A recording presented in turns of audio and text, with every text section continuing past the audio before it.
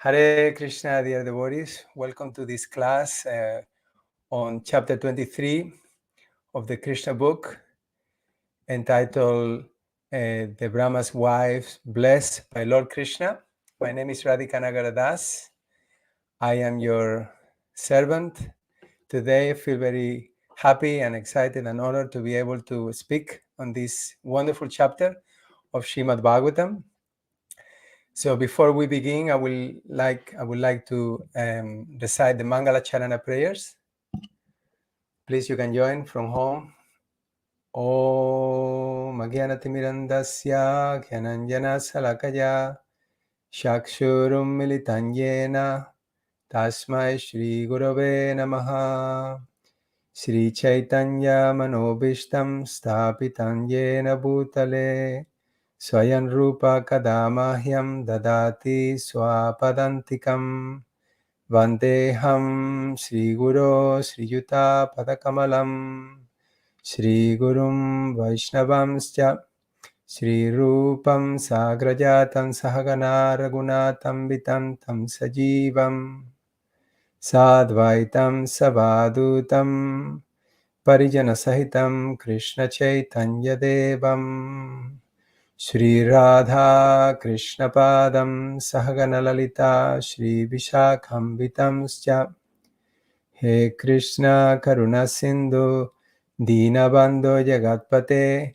Gopesha Gopika Kanta Radha Kanta Namastute Tapta Kanchana Gaurangi Radhe Vrindavanishvare Vrishabhanusute Devi Pranamami Hari Priye Vancha kalpatarubhyascha kripa sindhubhya eva cha patitanam pavanebhyo vaishnavebhyo namo namaha Jaya Shri Krishna Chaitanya Prabhu Nityananda Shri Advaita Gadadhar Shivasadi Gaura Bhakta Vrinda Hare Krishna Krishna Krishna Hare Hare Hare Rama Rama Rama Hare Hare Om Namo Bhagavate Vasudevaya Om Namo Bhagavate Vasudevaya Om Namo Bhagavate Vasudevaya.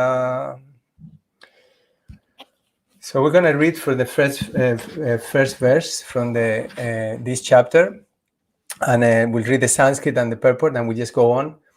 It's a wonderful chapter full of wonderful lessons, and we don't have a lot of time for it, but we hope to be able to kind of study some of the principles that we can learn from this pastime, which is just taking place before the Rasa Lila.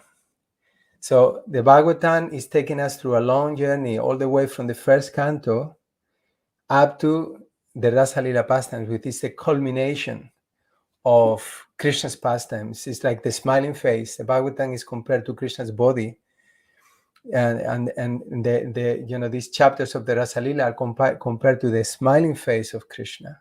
So we are in the meditation on the Lord. We're just coming to that to actually meditate on the smile of Krishna, and this chapter is just previous to that. So it's a very important chapter which will help us to understand what bhakti, the principle that the Bhagavatam has been establishing throughout, and is that bhakti is the topmost process, the topmost process for self-realization. Is the glory of bhakti. How only by bhakti we can conquer Krishna. How only by bhakti we can realize the absolute truth in his supreme topmost manifestation as Krishna in Vrindavan. And as I said, it's taking a long journey to come to this point, and now these points are going to be consolidated a little bit on this chapter. So okay, so we can recite the verse. I think it will come in the messages there at the bottom of the screen. If not, I'll just read it myself. Okay. Shri Gopa Uchuhu Rama Rama Mahabaho Krishna Dushta Nivarhana Esha Vaibhada Tekshunnas takshantin kartum arhata. The cowherd boys said, O Rama, mighty arm one, O Krishna, chastiser of the wicked, we're being harassed by hunger, and you should do something about it. Purport. By His Divine Grace, A.C. Bhaktivedanta Swami Srila Prabhupada Ki Jai.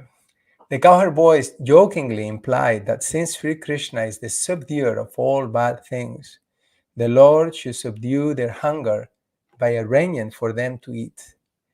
In this statement by the cowherd boys, we observe the intimate, loving friendship they enjoyed with the Supreme Personality of Godhead. Leading from the previous chapter, the cowherd boys and Krishna, they are like, grazing the cows. And at one point, Krishna actually, he wanted to bless the wives of the Brahmanas. The Brahmanas were performing sacrifices, and Krishna, wanting to bless them, he actually took the cowherd boys to the river. They just been like great, walking through the forest. They were praising the trees. Krishna has been praising the trees and he actually given a very valuable instruction, is that everybody should perform welfare activities, should perform activities for the welfare of everyone. And having this in mind, that he wants to, bless the wife of the Brahmanas, instead of taking the cowherd boys through a path which leads to a place where they can eat food, he's leading them to the river so that they will feel hungry. And, the cowherd boys are feeling hungry here, and they are telling Krishna that you should do something about it.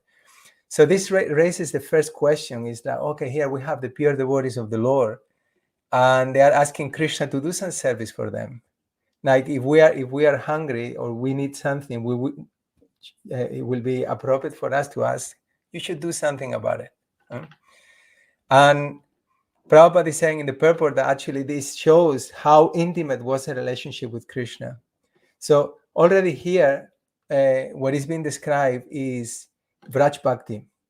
And there is a difference. This is actually our goal, our prayojana. We want to, the whole purpose of the Bhagavatam is to bring us to that point that we actually cultivate, we develop this love for Krishna that the Brajvasis have, which is devoid of any type of reverential mood.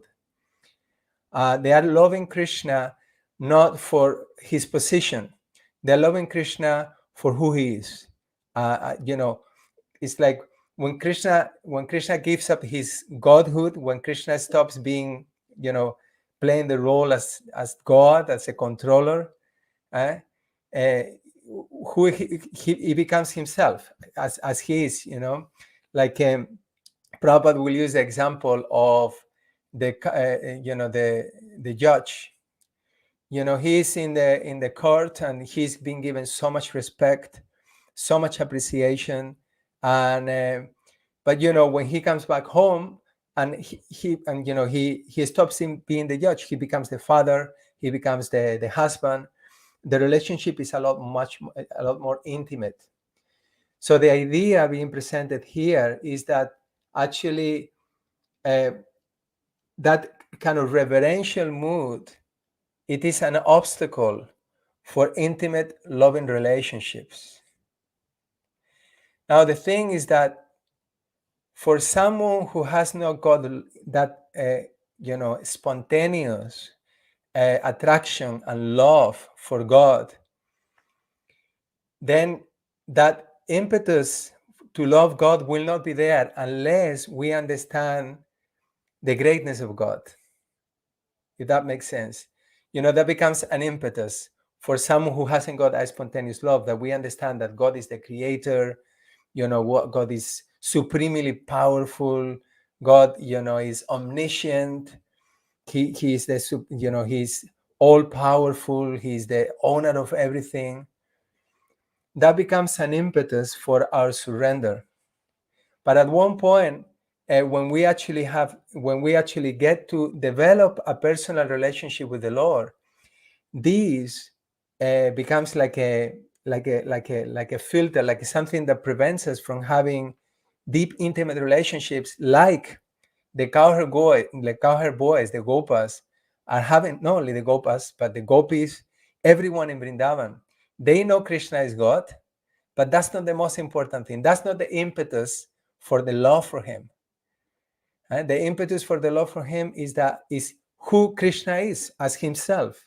They love him so much because he is such an adorable person. They have a spontaneous attraction for him, and they just want everything they do is to please him. Automatic. So therefore, and this is the beauty of Vrindavan, that the devotees there, first of all, Krishna there is just being himself, and the devotees there have such a pure love which is not inhibited by anything, not even by that reverential mood, that the majesty of the Supreme Lord. So if that makes sense. So therefore, here the cowherd boys, actually that is expressing, we are hungry. You please, do something about it. But even if we study the commentaries by the previous acharyas, they give us an insight. How is this? Because even if you have pure, if I have pure love for someone, and it's not that I ask for service from them. So it's a couple of things here. One of them is that, in one sense, yes, when you have an intimate relationship with someone, you can be very direct. There is no you're not so much afraid about expressing how you feel, about what you want. It's like, and remember that the devotees here, we mentioned the gopas, they're in a mood of friendship, sakya-ras. But the point here also is that everything, everyone, and everything that happens in Vrindavan is for the pleasure of Krishna. So it is explained that actually the cowherd boys understood that Krishna and Balaram, they were hungry themselves. And because they understood that Krishna and Balaram were hungry themselves, they said, well, we're also hungry. You should get some food. With the intention that Krishna and Balaram will also eat and be satisfied, and the hunger will stop. So from that, that's an insight that the Jiva Goswami and the previous acharyas explain, that whatever everybody's doing in Vrindavan is just for the pleasure of the Lord. So here they're calling, oh Ram, we're hungry, please do something about it. And as explained, actually, it says that hunger is like the worst, the worst enemy. There is no. He says, well, if you can conquer our hunger, then you can conquer all other, enemies. So in this way, now Krishna, actually, he is also orchestrating the whole thing, so that the boys actually, so that the Brahmanas' wives will get his mercy. So when the Lord does something, he accomplishes many things.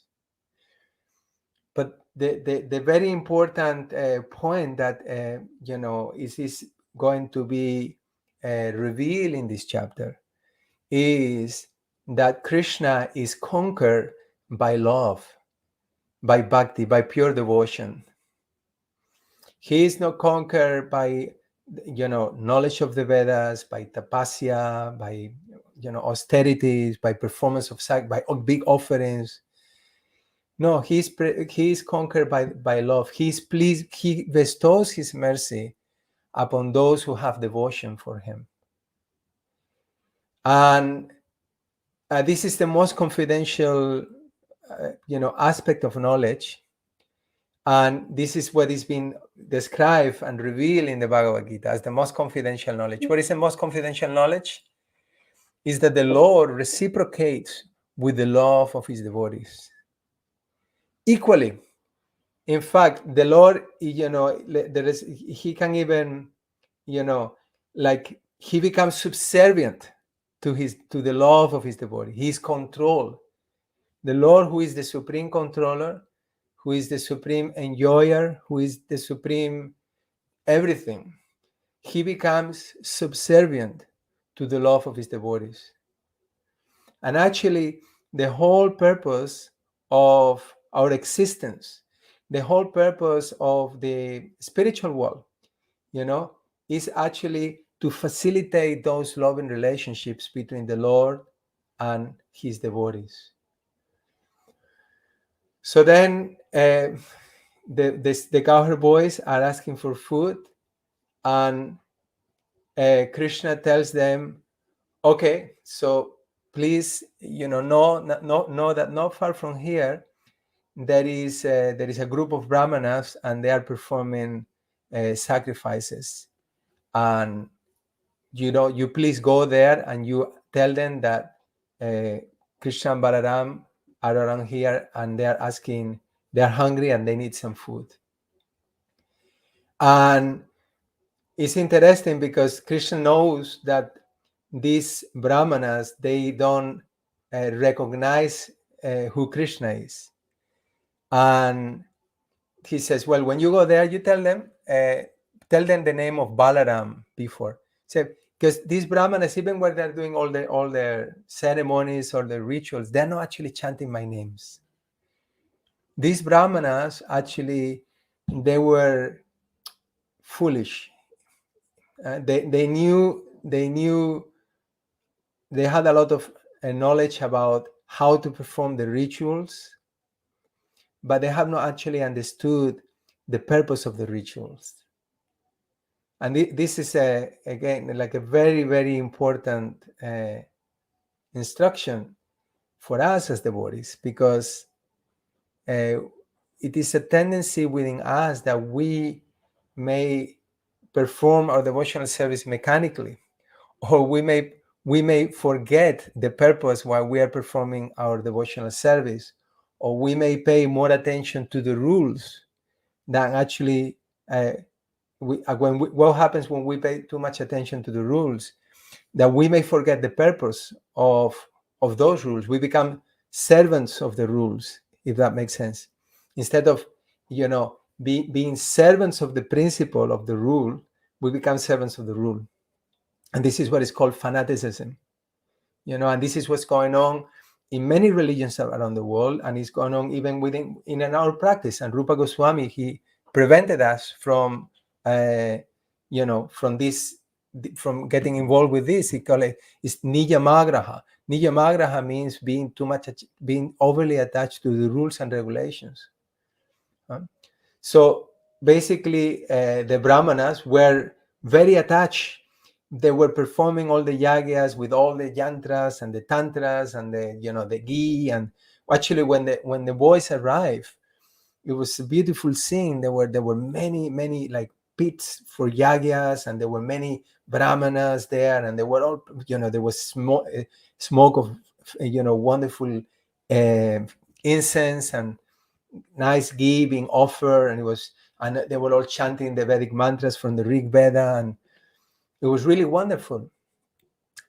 But then Krishna said, you mentioned first the name of Balaram because they know that Balaram is a Kshatriya. So it's more of a chance that they will give if you mention the name of Balaram than if you mention my name. I'm Krishna, I'm a Vaishya. So Krishna already knew the mentality of these Brahmanas. Of course he knew. So then the Brahmanas, when they were there, they actually they went and they could understand. They could understand that these Brahmanas were a little ignorant of who Krishna really was, and they actually addressed them as all best. Let me just see, all best of the knowers of religion. Just give me a second. All earthly gods. Actually, he called them all earthly gods. And the Acharya explains it was kind of a little bit sarcastic, but of course they were being respectful. And this is an important point, that the Brahmanas are the heads of the society, in the sense they're giving knowledge, they're giving wisdom. So the etiquette was observed. But in order to kind of please them, they had to use kind words. And this is another principle that is there, that if you want to get to the heart of anyone, you have to use, nice, gentle words. You have to address them nicely. No one really responds positively to some kind of harsh words. So they address them, "Oh, earthly gods, please hear us. We cowherd boys are executing the orders of Krishna, and we have been sent here by Balaram. We wish all good for you. Please acknowledge our arrival." So, and they explain that, Lord Krishna and Balaram, they're tending the cows and they need some food. And expecting that the Brahmanas may say that, well, we cannot give you the food which is going to be offered in the sacrifice. They actually said, well, actually, apart in this type of sacrifice, which they were doing, is called Angirasa. It says, you can actually give us the food. There is no problem. You can give us the food, and unless it's a different type of sacrifice called Sotramani, then which then the whole sacrifice will be broken, will be ruined. That you can give us the food. But as they were talking to the Brahmanas, they didn't kind of respond to that. They didn't say like yes or no. They completely ignored them. Now, Jiva Goswami explains it very poetically. He says that they climb through the mountain of pride. The Brahmanas, they look at the young cowherd boys. They were just village boys coming from plain, and they climb to the mountain of pride, and they look down to them from the 7 heavenly planets, and they neglected them. They thought they thought, well, even if we tell them something, they may want to come back, or they may want to say something. They just ignore them, and this is the worst type of response that we can get, right? If it happens, particularly with someone you have a relationship with, and you kind of you communicate, you send them an email, or you ask for something and they don't respond, it kind of really it's kind of worse than if they say no, right? And for some of us who have been doing, like in the streets distributing books, or presenting Krishna consciousness, like when someone ignores you, it's really unpleasant. It's really unpleasant, because at least those who say no, they are acknowledging your presence. So the Brahmanas, they didn't even acknowledge them. Why? See, this is a why the Brahmanas could not see what was happening. Actually, they were performing sacrifices. Okay, they wanted to, actually, the purpose of the performance of sacrifices was to get elevation to the heavenly planets. Right? That was the first, lack of knowledge, lack of wisdom, lack of sambandha jnana. Right? They lack understanding about the nature of God, the nature of the soul, and the nature of material nature, basically. Sambandha jnana is God, Prakriti, and the Jiva.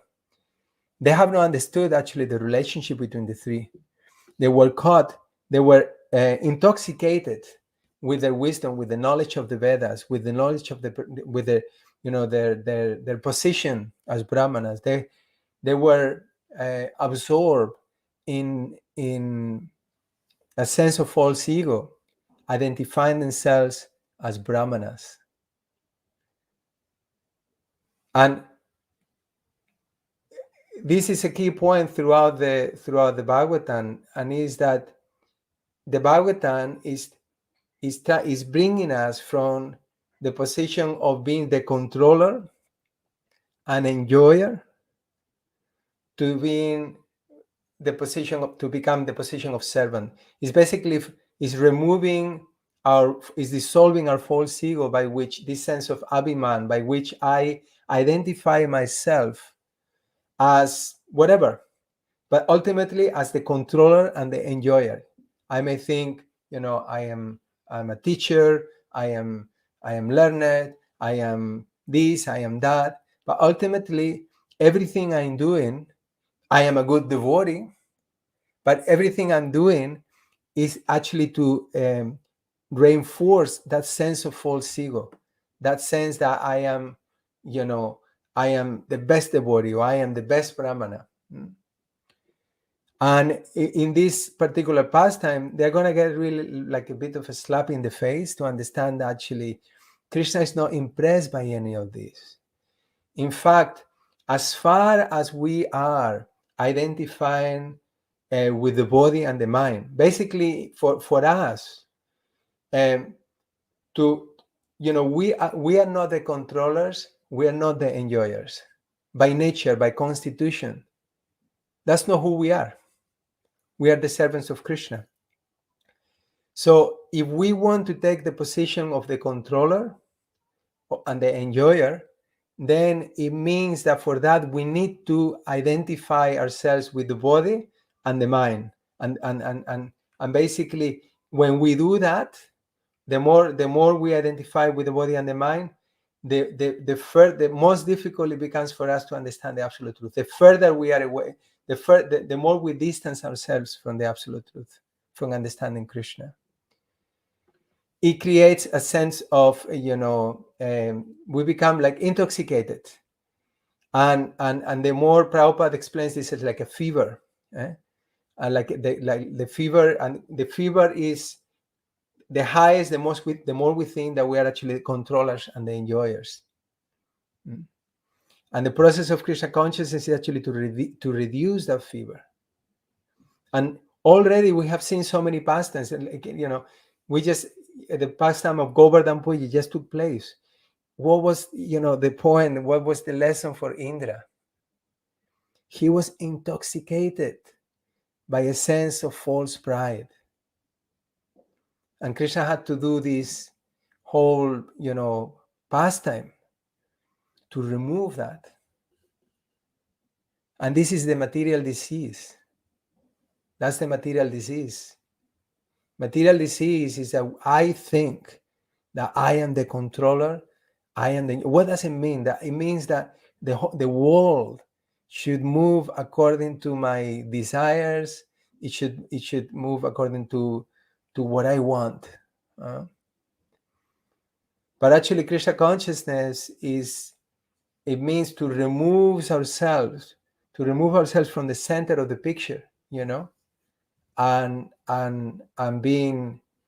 becoming the servant. I remember years ago, I was here in Mayapur, and I was, I had the opportunity to associate with many wonderful Vaishnavas, because those days there was many wonderful Vaishnavas traveling through Mayapur on a regular basis. Now there are many wonderful Vaishnavas, although due to COVID we don't have so many traveling Vaishnavas. But anyway, I was having the opportunity to associate with them, and I was thinking, what is it? What is the difference? What makes them advance? What is it that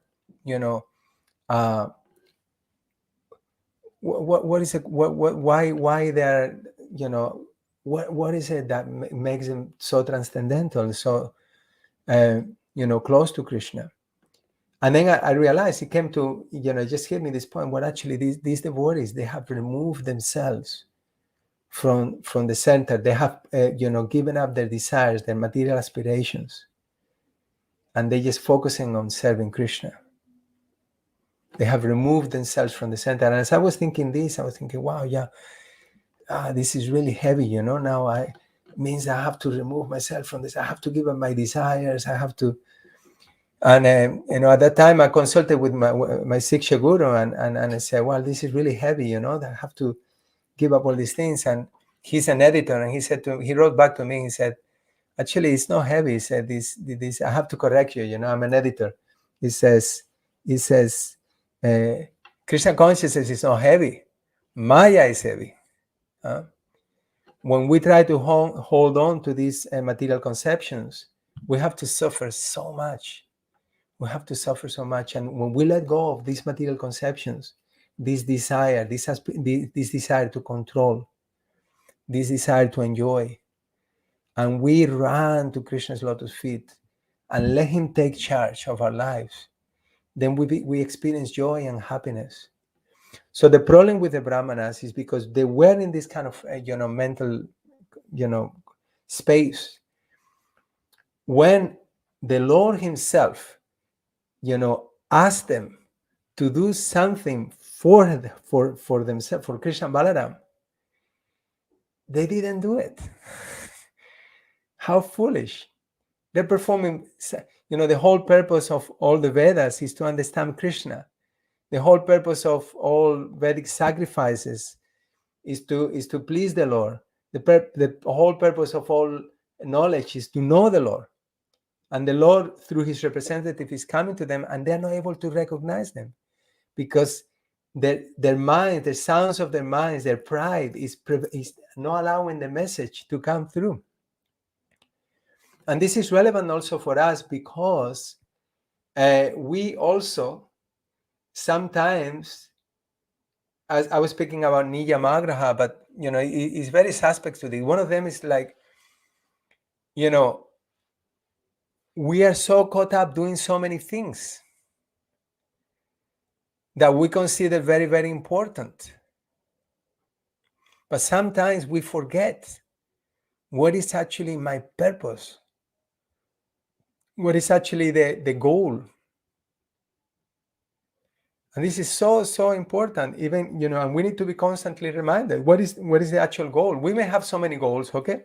Short-term and long-term goals. But the point is that when it comes to, everything, it becomes integrated with developing love for God. That's we want to please Krishna. That's our goal.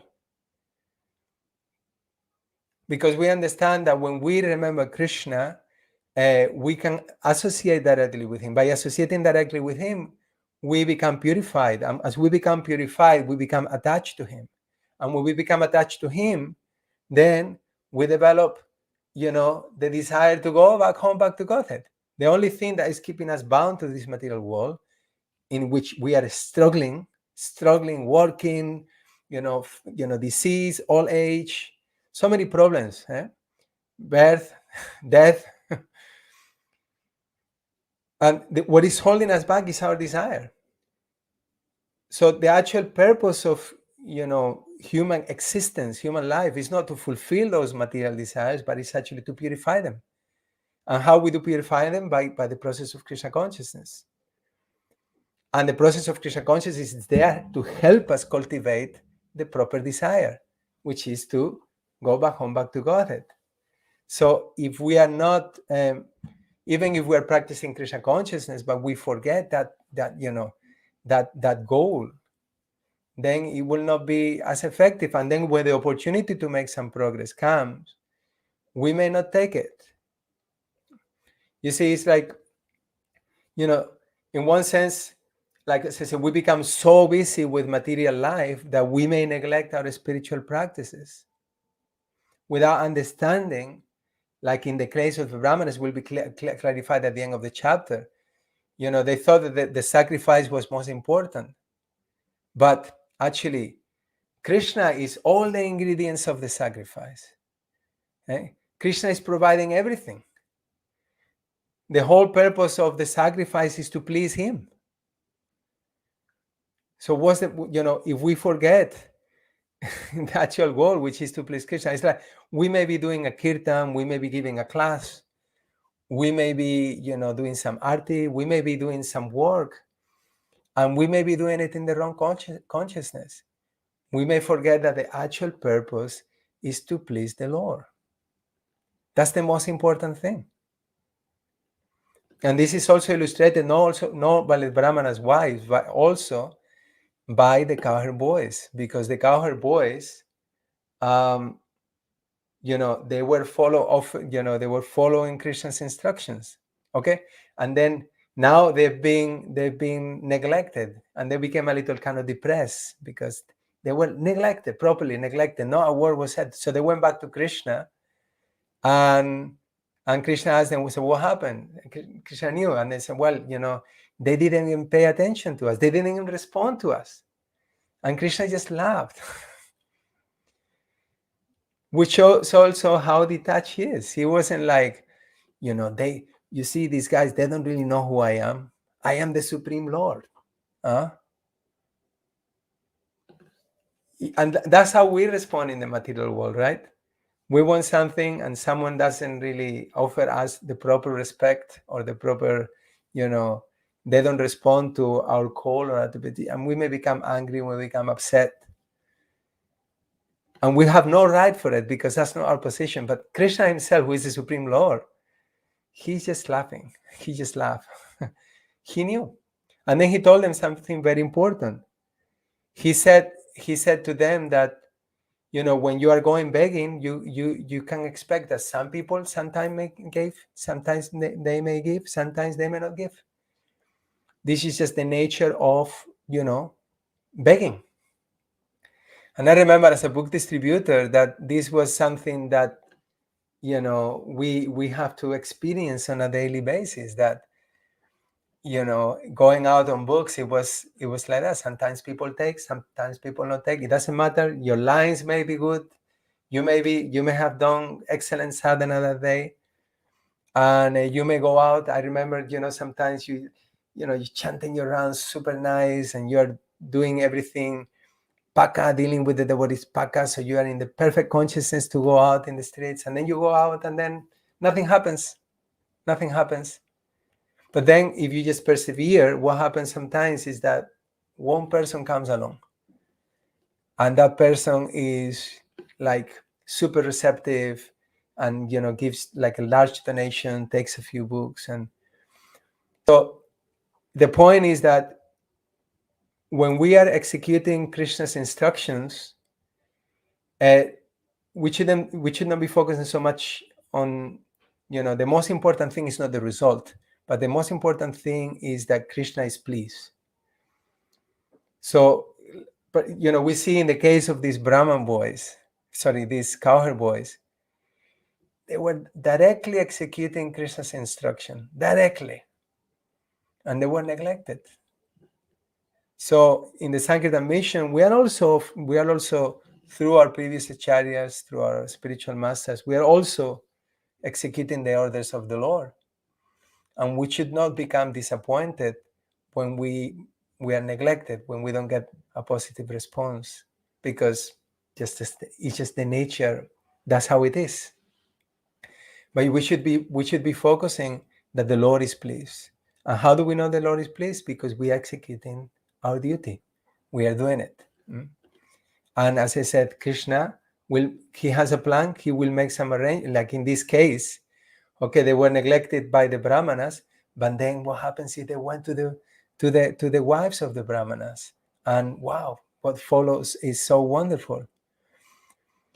So some, more lessons are we're seeing different principles that are being taught directly by Krishna, or we understand that understood just by hearing this pastime.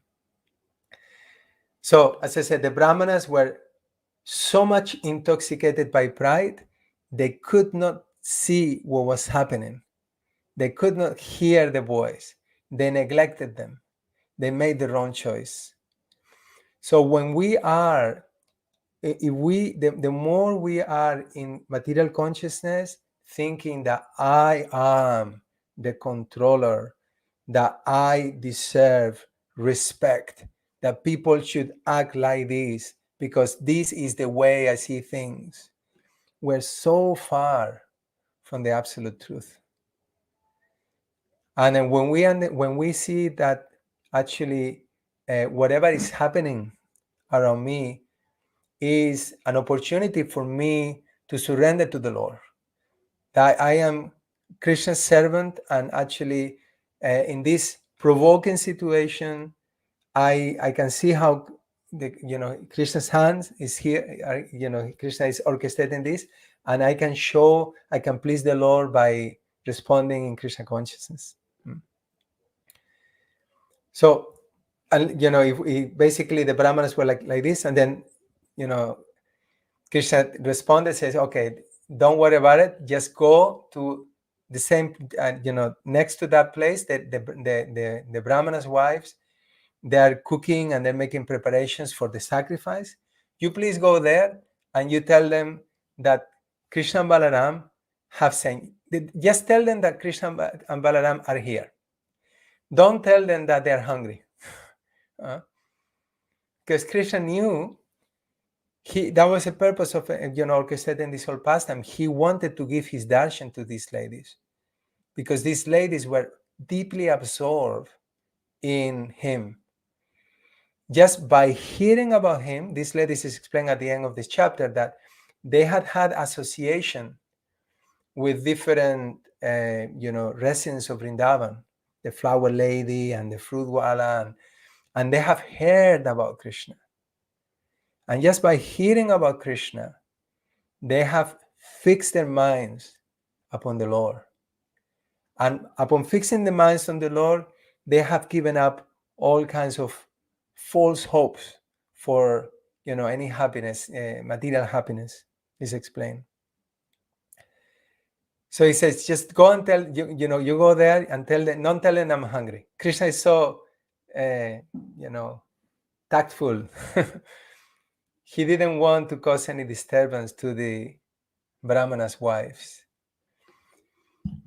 So another very important point, and this is, I think is essential for us, and is partly why we should deeply absorb ourselves in hearing and chanting during this month of Kartik, because we know that during this month, a little performance of any anga of bhakti give us so much wonderful result. And the point we made is that these pastimes of the Lord, just by hearing them, they have the potency to actually help us to develop the very same sentiments that the residents of Vrindavan have, just by hearing the pastimes. And the more we hear, the more we're able to fix our minds on the Lord. And this is what happened to the wives of the Brahmanas. They have not seen Krishna before. They have just heard about him. And just by hearing about them, they were able to, fix their minds completely.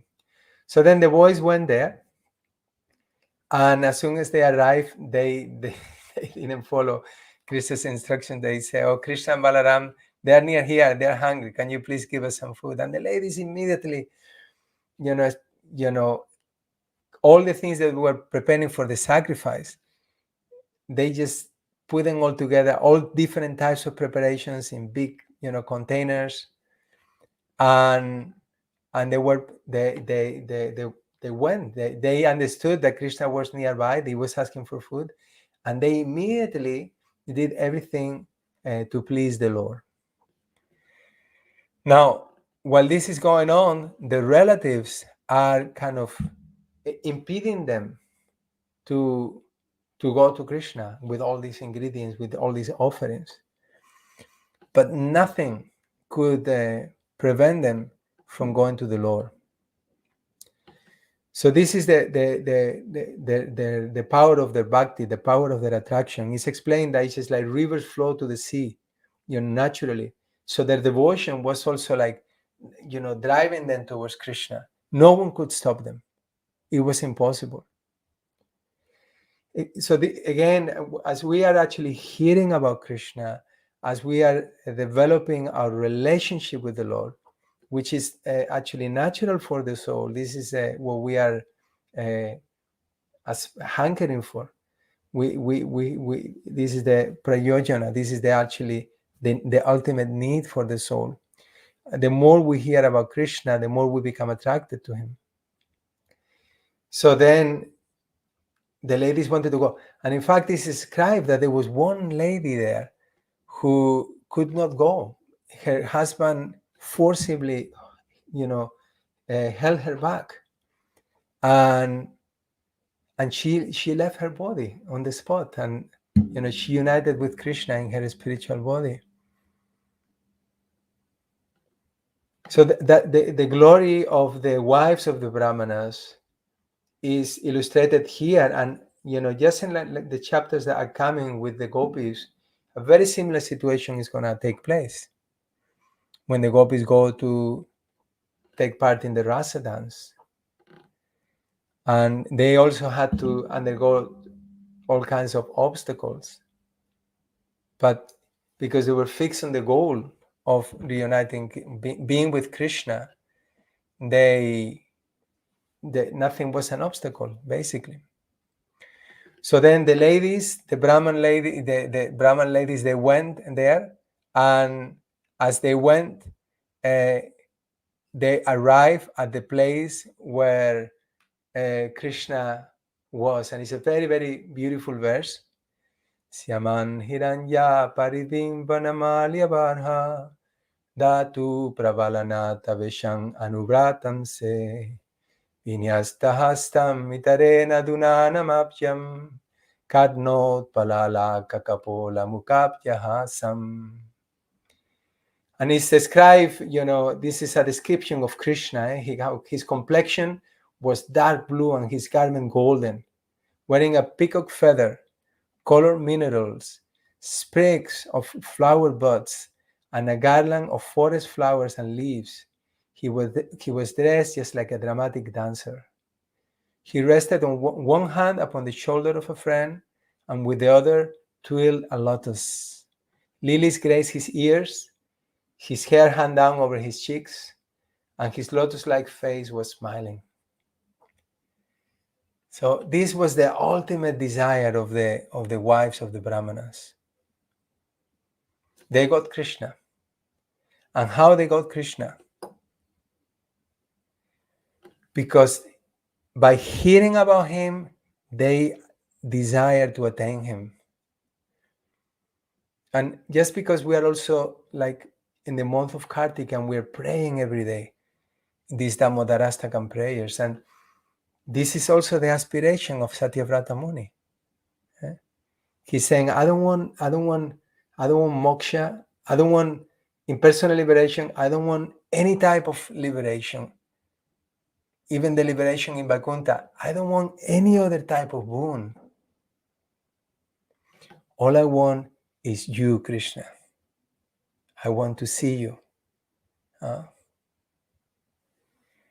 And that reveals that the ultimate understanding, the ultimate realization, understanding what is the ultimate goal. The Brahmanas didn't know that. And because they didn't know it, they could not desire it. And with the opportunity for, pleasing, attaining that goal came, they couldn't take it. And they, even at the end of the chapter, they were not able to take it. Right? So this is very important also, because unless we understand who Krishna is, we're not going to be able to bond him. And even, after we develop like this knowledge about Krishna's greatness, then we develop that relationship with him, so to the point that we give up that wisdom, that knowledge about his majesty, and then we can, engage in loving relationships with him. So because the Brahmanas lack that knowledge, they could not surrender. So, and this is the purpose of the Bhagavatam. The Bhagavatam is establishing who is the absolute truth. And the absolute truth is Krishna. Krishna, the son of Nanda Maharaj and Mother Yashoda. And what is the process by which we can attain him? It's bhakti. But not just ordinary bhakti, it's the pure bhakti, pure devotion of the residents of Vrindavan. The pure bhakti of Sudama, of Yashoda, of Nanda Maharaj, of Srimati Radharani. Krishna is not pleased by anything else. He's not pleased by, our renunciation, knowledge. Actually, he gives his mercy to him, to he who him chooses. So we want that, like Bhaktisiddhanta Saraswati Thakur, we want to be chosen by Krishna. We want to be seen by Krishna. We want to become the enjoyed, the object. Stop being the subject. We want to control. We want to enjoy. We want Krishna to satisfy our desires. But actually, when we give up that mentality, then we can engage in a loving relationship with Krishna, where actually Krishna will fulfill our desires, but in a way which is motivated by love. It's a loving exchange. We see this in Bhagavad Gita. The Bhagavad Gita, as I was saying, the most confidential knowledge is that the Lord becomes subservient to his devotee, and he's there right in the cover. We see how Krishna is riding Arjuna's chariot.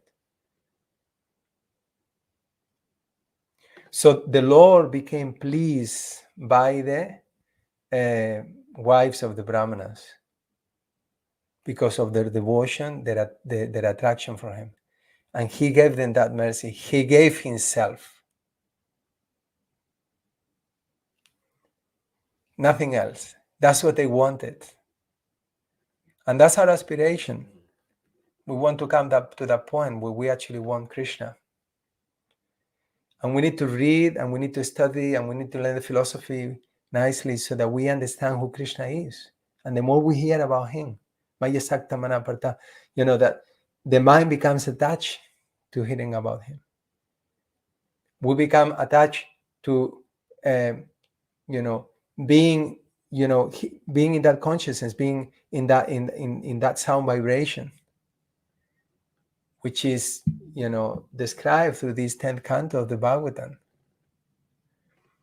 So then all the ladies were carrying all these big pots in their heads, and they were loaded up with, and immediately Krishna helped them. Actually, he put things down and said, okay, so how have you come? What do you want? And actually, he said to them something very interesting. He said that by coming here, you have done the right thing. Because they were married ladies. I mean, Krishna was 7 years old, by the way, almost 8. So it was 7 years and 10 months or something like this. But, they have come there, and he said, you have actually done the right thing. Why? Because you are performing the topmost activity. And what is the topmost activity? Is to please me. That's the topmost dharma. We're talking about niyamagraha before, okay? And, sometimes we get caught with the rules. Topmost rule is that Krishna may be pleased. Even if I have to break a rule here. But if Krishna is pleased, I can break it. I can maybe break a lesser rule to observe the higher rule. Smartavya satatam vishnur, vismartavyo najatuchit. Sarva vidhi nishedan syur, etayor eva kinkara. It says that, there are many rules and many regulations. But they are all servants of two principles. Always remember Krishna and never forget him. So this should be our guiding principles. That I may never forget Krishna. I may always remember Krishna with my actions, with my mind, and with my words. And the ladies have achieved that. They have done that. So he said, you have done the right thing. No worry, you've come here. You've done the right thing, even though you have left your husbands behind. It's okay. He says, but now you brought this here. I'm very pleased by your effort, but now you should go back. And the ladies were like, but how can you tell us this? We've given up everything to come. We don't even want to be directly with you. We'll be happy if we can just be near you. We can pick up the tulsis that fall from the garland of your neck. We can pick up we can pick up the garlands that you leave on the floor. We can just, be close to you in this way. That's what we want. You please let us stay here. We don't have any more desires for family and all this, and we're giving up. If we go back, they're not going to accept us anyway. But Krishna then, and this is exactly the same thing that happened with the gopis. It's going to happen later. But in both cases, the gopis, the wives of the Brahmanas and the gopis, they say the same thing. You're speaking so cruel words. Why are you sending us back? And in both cases, Krishna said, no, you should go back. But with the case of the Brahmana's wife, they actually did go back. And the gopis, they disobeyed all Krishna's instructions, and they stayed and they performed the rasa dance. But Vishwanath Chakravarti Thakur explains that they all attain Krishna prema. They all attain perfection. They were all perfect. It's just they responded in different ways. Krishna actually told them, don't worry about it, to the wives of the Brahmanas. Just go back. They will accept you because they are performing all these sacrifices, and they will inquire from the demigods about this. And they will tell them that it's okay. And actually, the Lord, which is in the heart, I will make sure that they accept you, no problem. Jiva Goswami says something that is not in anywhere else. I haven't seen anywhere else, but interesting. He says that when they came back, their house was full of jewels, and just like a bit like Sudama Vipra, when Sudama Vipra gave the rice to the Lord, and he came back and the house was like a palace. So he explains like this. But in any case, the ladies, understood this, and they didn't want to do it. But Krishna made a very important point also, and he said that devotion to me, love for me, is not experienced by proximity. He says that it's experienced through the processes of hearing, worshiping the deity, hearing about me, chanting my glories, discussing, my qualities. This is how we can be close to Krishna. And this is, I find that this is, again, an impetus for us to understand the importance of reading and hearing and keeping us in touch with the transcendental sound vibration on a daily basis. Because this is how we keep in touch with Srila Prabhupada. This is how we keep in touch with the previous acharyas. This is how we keep in touch with all the personalities in the Bhagavatam and with Krishna himself. And this is what connects us to Krishna, to the spiritual world. So he told us like that, and I said, by going, and this separation from me will increase your devotion. So they went back, and when they arrived, the Brahmanas were actually ashamed. They came to their senses, and they realized that, gosh, these simple ladies, they had so much devotion. We foolish, Brahmanas, Krishna came directly to ask for us, and we neglected him. And these ladies, despite so many obstacles we put on them, they were so determined to serve the Lord and to please him. They couldn't understand, where did they get so much devotion from? Because they didn't know that these ladies have been hearing about Krishna from the residents of Vrindavan. And they couldn't understand, where did they get it? But they immediately, actually, as they came, it's very interesting. He says that they no longer accepted them as their wives. They accepted them as their gurus because of their exalted position, as they could understand that they were completely detached. Again, they have given up the sense of false ego. And therefore, they have conquered Krishna by that. And our lives in Krishna consciousness, we're going to be tested. We're going to be given so many opportunities where we have to put aside our desires, our yagyas. We have to stop that yagya to please the Lord. The body is coming, calling, asking us to do something, or life itself, where we have to put aside what my ego says, what I want, what things should be like. Put it aside, because that will please Krishna if I do so. Because Krishna is saying, Trinada Pisa Nichana, Lord Chaitanya, Tarora Pisa Isuna Maninamana Dena Kirtani Yasadhari. And then we should not expect any respect for oneself. And we should be ready to give all respect to others. Such a concise instruction there, right? And still, if one who actually develops this, he can chant the holy name constantly, yeah? Giving up that sense of false ego.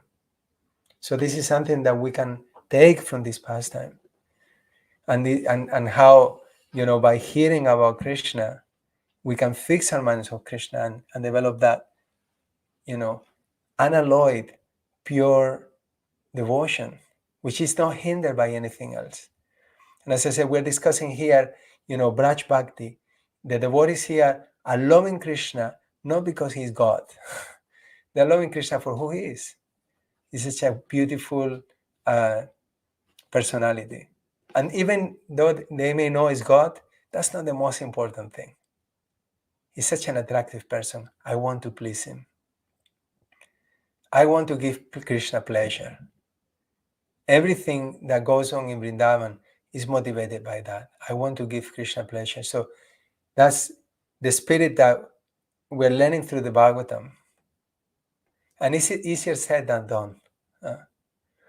So then the Brahmanas, they began to condemn themselves. And there is those famous verses, to hell with our,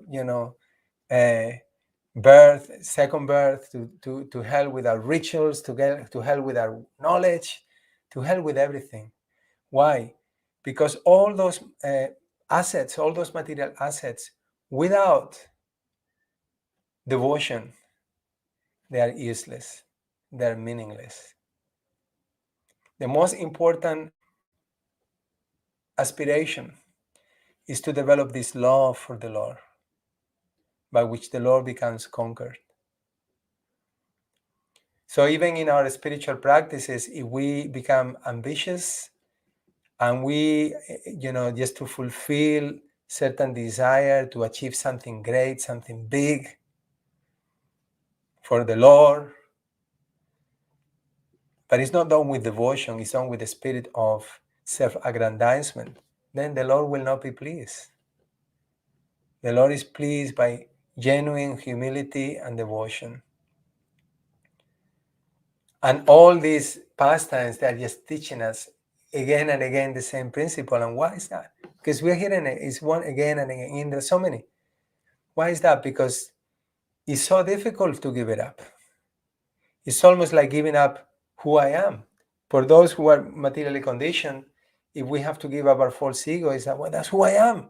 That's why, I cannot give it up. But through the process of Krishna consciousness, actually it is relatively easy. Yeah? By engaging in the 9 Gangas of Bhakti and hearing about Krishna. Gradually, the false ego becomes dissolved. So the Brahmanas began to condemn themselves, and they praised the ladies, their wives. And the chapter concludes that actually then they actually, when they realize the mistake they have done, they apologize, they beg forgiveness from Krishna. And they thought that, maybe we should go to Braj and see the Lord. But then guess what? Then they were reminded of Kamsa, and how Kamsa was persecuting Krishna, and if he finds out that they were going to see Krishna, he will kill them. And out of fear, they didn't go to see the Lord. So again, they got some mercy, but they didn't get the full mercy. And that's the comparison between the wives, the Brahmanas' wives, and themselves. The Brahmanas' wives, they were prepared to give up everything. They were totally fearless. Why? They knew who Krishna was. They have understood who Krishna was, and they wanted to be with him. The Brahmanas, if they really know who Krishna is, why will they fear Kamsa? Fear comes from a conception of understanding that there is something else beyond Krishna. But the devotee is fearless because he understands that there is nothing beyond Krishna, and that everything is happening under Krishna's hands, under Krishna's care. So therefore, the devotee trusts Krishna. And this is what is being illustrated by the residents of Vrindavan. They have full trust by the love and their devotion. Okay, so thank you very much. Hare Krishna, it's really a pleasure to speak on these topics of the Śrīmad-Bhāgavatam. Thank you very much for being here. I cannot see any questions on the, comments. Sorry, I didn't see that there were some comments there. Okay. But I don't see any questions.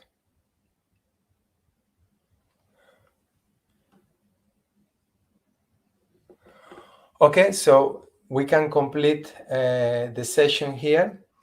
Thank you very much. In this pastime, we have heard very important principles of Krishna consciousness. How Krishna is pleased only by devotion. How we should never be caught with the rules or focus on the rules or the rituals and forgetting the actual purpose of the rules and the rituals. The importance of absorbing our minds in Krishna, in hearing about Krishna, and how by hearing about Krishna we can develop our love and attraction for the Lord. How Krishna himself, he becomes subservient to his devotees. He wants to, the whole purpose of the creation is to actually exchange, having loving exchanges with the Lord, and how he actually reciprocated with the cowherd boys. Hare Krishna, thank you very much. Srila Prabhupada ki jai. Grantaraj Śrīmad-Bhāgavatam ki jai. Brāhmaṇas Wives ki jai. Hare Krishna, Srila Prabhupada ki. Panchakalpatarusya